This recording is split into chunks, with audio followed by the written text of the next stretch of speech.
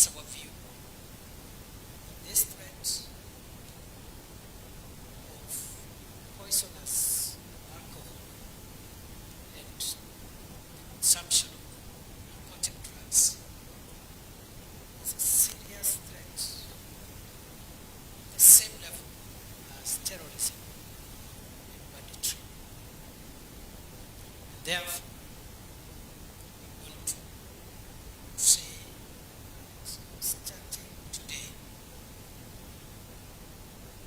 the government is going to declare a countrywide operation. No areas of the country where people are imprisoned by the consumption of dangerous drugs and alcoholic drinks. That operation will begin immediately. I have directed all the county security intelligence teams across the country to convene today.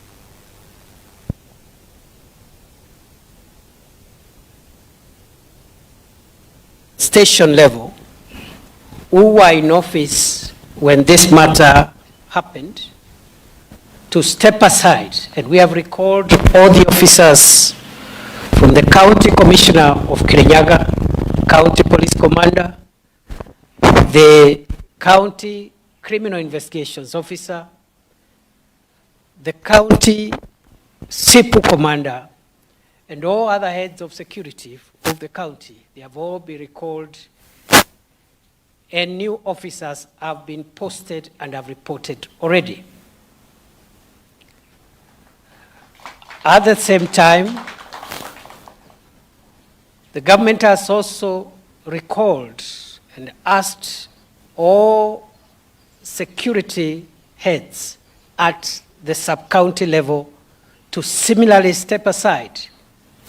And we have also posted new officers, including the sub-county police commander, the sub-county SIPU commander, and all the other heads of agencies at the sub-county level. We have also taken measures and requested the officer commanding police stations in the affected areas also to leave. And the reason we have done this is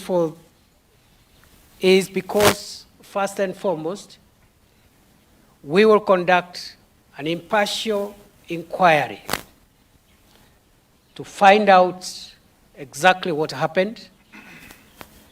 And the government has directed all the agencies responsible to carry out a multi-agency coordinated inquiry.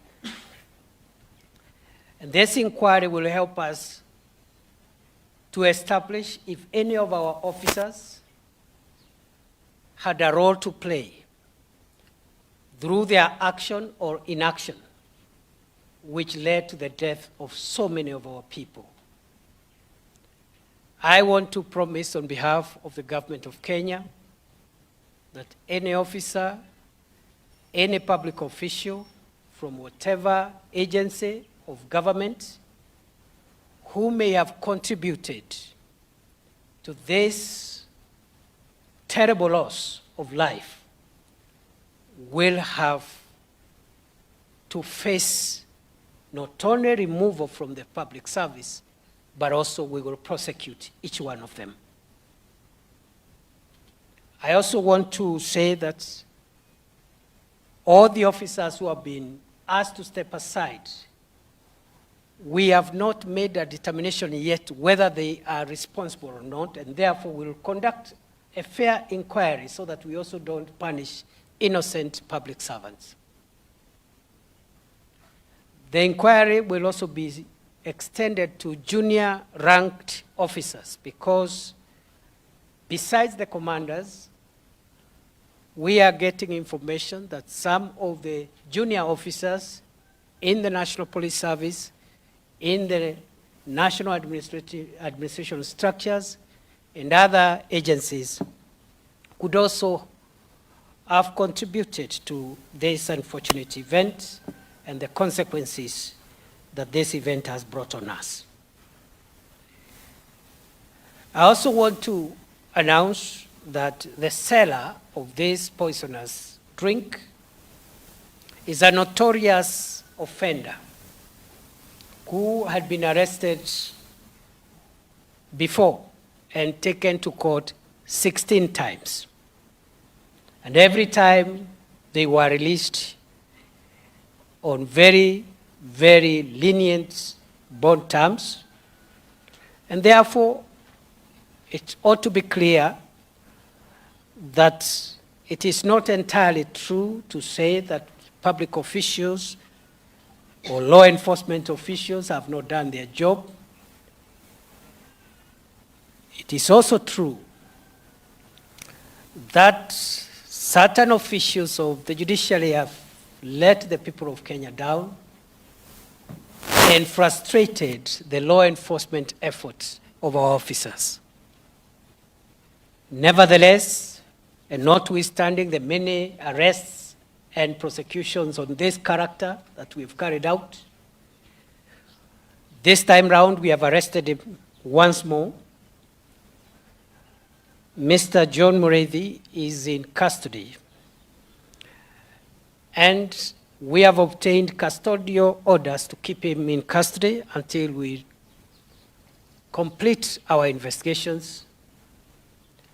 And we intend to charge Mr. Mureithi with the most serious crimes ever in our statutes. The murder of so many people is not a small matter. And therefore, we are not looking at routine charges about operating without licenses and other misdemeanors. We are looking at putting a proper, serious case, watertight, that this fellow will never know freedom again. And I don't see any difference between what this character has done and what other dangerous criminals have done in other parts of the country. There is no difference between this terrible character and what Mr. Mackenzie did in Shakahola. There is no difference between what this character has done and what the Al-Shabaab terrorists are doing and what the bandits are doing in other parts of the country. It's the same thing. And therefore, we will not take this as a small matter. And I want to announce that the new officers who have been posted here have been directed to commence an operation beginning today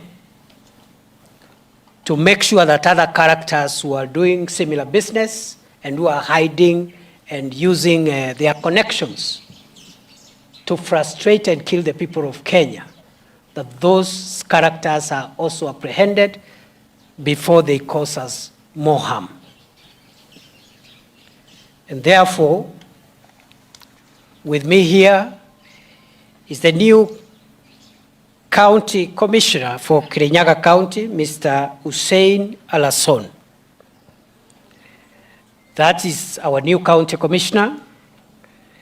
We have our Police Commander, the County Police Commander, Mr. Andrew Naibei, is also here.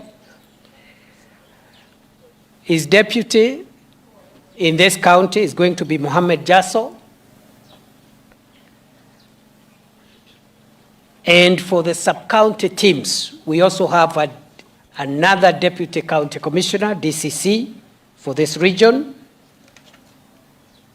Mr. Lawrence Omondi. I think they should be around. We also have new officers in other ranks. The OCPD is new. Senior Superintendent of Police Rashid Ali is the new SCPC. And then we have the new OCPD from Mwea East will be Patrick Magara, Senior Superintendent. And we have also changed. The new OCS for Dhiba is going to be James Nyabidi, Chief Inspector of Police. The new OCS for Kangai Police Station is going to be Chief Inspector Simiu Kahemba. And, sorry, the new OCS for Dhiba, James Nyabidi. The new OCS for Siagini Police Station, Chief Inspector Simiu Kahemba.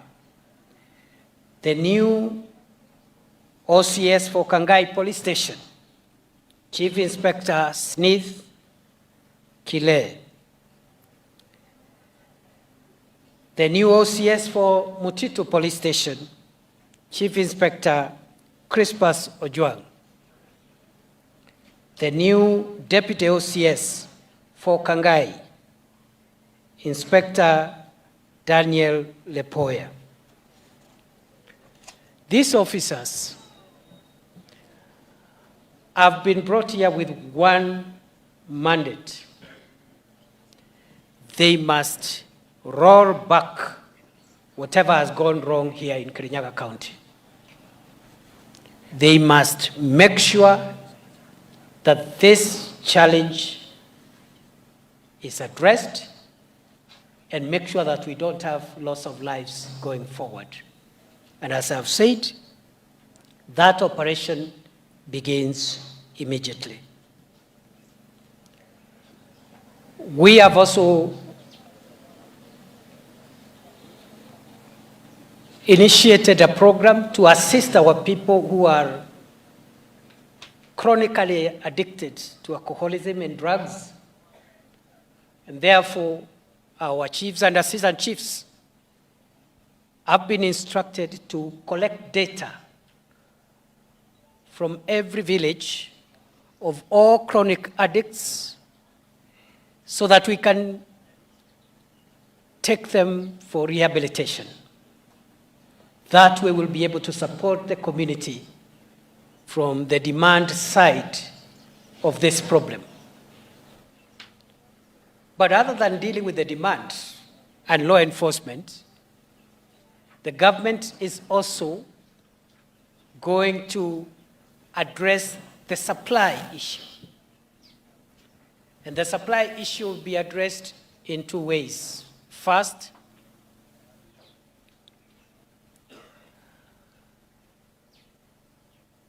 we have directed the county security teams to liaise with county governments to review all licenses of all bars in this county and to shut down all unlicensed outlets. I have also directed the relevant officials to close all outlets that are selling alcohol in the villages. Because there are people who have set up alcoholic establishments in the middle of villages, and this is what has ruined very many families. And going forward, as a national security policy, county governments will only license proper liquor establishments in shopping centers, in towns, in urban centers. We cannot have people having licenses to operate bars in villages, because this is what is affecting very, very many families. We have also initiated a program to crack down on the sale of ethanol and other ingredients of second-generation drinks. And some of the measures that government will take include tax initiatives to discourage the trade in illicit ethanol. At the same time,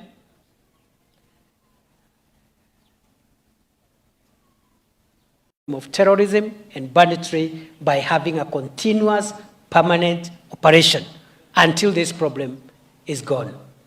So we don't expect short fixes. It's not a 2 months operation, 6 months, 1 year, 2 years. We are going to stay on this operation as long as the problem exists. Because having an operation for 6 months and then we retreat again, the situation will lapse back. And that's what we want to avoid, as has been the case in the past. We're going to be very ruthless. We will deal firmly with manufacturers who are the suppliers of poison. We are also going to be ruthless with the operators of these outlets that are selling poisonous substances. But unfortunately for the members of the public, please hear this, we are also going to be very ruthless with the consumers of poison.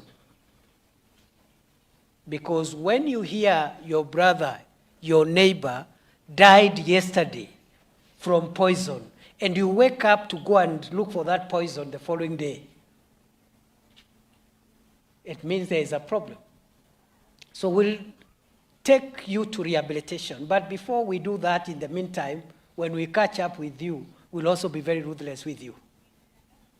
We must help you before you destroy yourself. So that is why we are here this morning. Again, on behalf of the government of Kenya, condolences to all the families that are bereaved. I also want to congratulate publicly the residents of Mwea and Mwea West, in particular this area, that you have remained calm, even with this very shocking and devastating occurrence. I have been in other parts of the country when there is a security breach. Sometimes members of the public have overreacted. I want to commend you for remaining calm. And in exchange of your calmness and your patience for government to act and address the situation, I promise you that we will stay on this matter and we will have it resolved. We will not have this kind of thing again. So as you lay your loved ones to rest tomorrow, I pray that God will comfort the families and the residents of this area. And I want to tell you, from now, the same way you have seen me in the Rift Valley, in the fight against banditry, the same way you have seen me in Boni Forest in northern Kenya in the fight against Al-Shabaab, I am going to be now a frequent visitor in Kirinyaga and other counties in central Kenya until we get rid of this problem, because it's still a big problem. So, vile unasikia kila siku niko Baringo, niko Turkana, niko Lamu, niko Mandera. Sasa hata hii ni janga kama ile janga ya Al-Shabaab na mambo ya banditry. Si ni kweli? Si ni janga kubwa? So hivyo nimeambia wenzangu hawa tunafanya kazi na hao, waanze kazi leo. Na mimi nitakuwa hapa, every week nitakuwa hapa. Na sitakuwa nawaambia wakati nakuja. Sababu nikiwaambia wakati nakuja mutanipanga munidanganye hapo. Alafu mpige saluti, alafu nirudi Nairobi, alafu wananchi wakufe tena. So kila mtu akaze mwenye yako chini yake. Regional team ikaze county team. County team ikaze sub county. Sub county muteremuke kwa ma-ICC. Ma-ICC kwa huko chini chief na assistant na wazee wa nyumba 10 ndio tukabiliane na hii shida. Sijui kama tunaelewana. So mimi sio ule waziri wa kutangaza sijui mimi ndio huyo nakuja. Mimi nitaamkia tu nitokelezea hapo ofisi ya chief. Nione wanafanya nini hapo na OCS hapo. And let me make it clear. We have officers who are doing a very good job. Personally, the people we have brought here to do this work, I have faith in their abilities, unless they let me down. Labda wabadilike, because we looked for the best officers from other parts of the country who can help us solve this issue. We have very good officers. We have very good chiefs, very good assistant chiefs. We have very good OCSs. But the truth is that a few officers are also corrupt and they are bad. They are taking bribes to protect unlicensed bar owners. Some of them are owners of those outlets. So those few officers who are destroying the reputation of the others, I am also going to be on your case. So you have to choose whether you want to remain in uniform as an officer, or you want to be in prison uniform. Sasa uchague hapo. Kwa sababu we have stopped transferring people. Ati ukiharibu hapa, tunakutransfer, tunakupeleka the other side. How? Kwani mahali unaenda si Kenya? Si ni Kenya? Yeah. Kama unaharibu unaenda safari moja. Ile ulisikia rais akisema ile unaenda ukiendanga hivyo one way. Unapitia kotini ukienda huko. Isn't it? Yeah, we cannot be transferring a problem from Kirinyaga to Nyeri, from Nyeri to Marsabit, from Marsabit to Siaya. No. Ukiharibu, ukipatikana one way, unapitia kotini. Na kama koti itatusaidia unaenda one way kabisa bila kurudi tena ile safari ya mbali. Si namna hiyo? But nimesema maafisa wengi wetu ni wazuri. We are very good officers and we commend them. We will reward you, we will promote you, we will make sure that we give you medals, those who do an extraordinary job. Kwa sababu wengi wamefanya kazi na hakuna hawajatambuliwa. We will make sure we go out of your way to look for good officers from every agency to make them rewarded for their extra effort in serving the people of Kenya. Kwa hivyo watu ya Kirinyaga mimi nawashukuru. Mimi wakati nimesikia wananchi wamekuja hapa nilifurahi. Na nyinyi hamjapatia matatizo. So please give us a chance to correct what has gone wrong. Hii ni shida ya miaka mingi, imerudikana, shida ya miaka mingi, we are trying to correct it. We will not correct it in a day, but my assurance, we cannot have this kind of mass burials of our people again. We cannot allow. We must prevent this. Kwa hivyo mimi nawashukuru, nawapenda sana. Siku hizi mimi kazi yangu imekuwa ngumu. Na mutatuwia radhi mheshimiwa na waheshimiwa wengine MCA. Tuko na MP hapa Mary na MCA na huyu mama alikuwa mheshimiwa wenu the other day, Purity Ngirishi. Sasa mkibaki muongee mambo ya siasa lakini sio hapa. Sasa mimi this is a security facility. Nataka kufanya mkutano, muende mfanye pale, muongee nao wananchi. Na mimi nimefurahia. You people are very peaceful, very understanding. I know the emotions are very high, but please give us a chance to correct the mess. And this should not happen again. This should not happen again in Kirinyaga. They should not happen again in any part of Kenya. Nataka tuachie hapo na waombea Mwenyezi Mungu kwa niaba ya wananchi, sababu sio vizuri kuongea na kwenda. Kama kuna mwananchi mmoja tu aseme kitu dakika moja kwa niaba, volunteer tu apewe mic aongee, ndio pia kama kuna maneno mungetaka tusikie dakika moja tu, lakini uongee mambo ya public, sio mambo personal. Usikuja kuniambia ati natafuta kazi nini. Ongea mambo ya public. Ongea mambo ya public. Ongea mambo ya public. Kama kuna mzee ama mama anataka kusema kitu ama kijana, kama hakuna, yes mzee, huyo kiongozi atuongeleze, mpatie mic.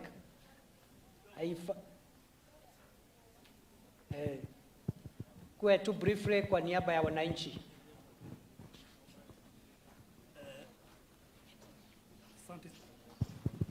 Asante sana waziri kwa kuja siku ya kutembelea. Kwa majina mimi naitwa Kariuki Richard, ni mkaaji wa hii town hapa Kandongu.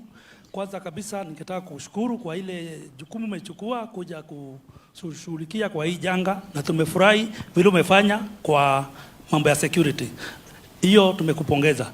Hiyo ingine ningetaka kusema bwana waziri, sisi kama wakaaji wa hii area tungeomba tu tafadhali, hata kama ni hizi bars kwanza zifungwe. Wacha tukae bila kukunywa pombe. Wacha tukunywe chai, tukunywe maziwa.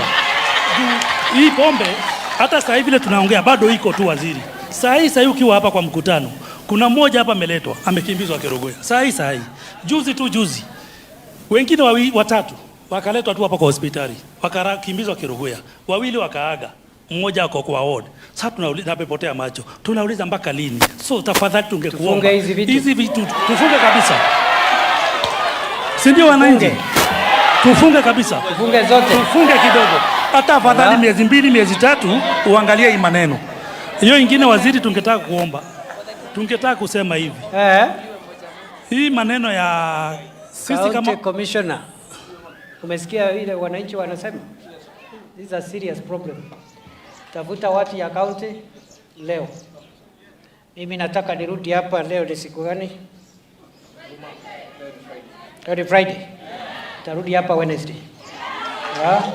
Huwa mmefanya homework, tukorogane na hiyo kitu bila wananchi wanataka. Asante sana waziri. Hiyo ingine ningetaka kuongezea. Kirinyaga mimi narudi hapa Wednesday. Ndio wao wamefanya homework, hiyo licenses ya nini inapeanwa na county nini, tukuja tutangaze kunyorosha hiyo kitu yote, tufunge hiyo mahali yote. Kweli. Si namna hiyo?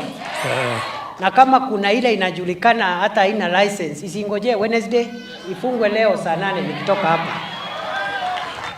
Na hawa maofisa wako hapa, hawatoki hapa mpaka hiyo to clean up this place.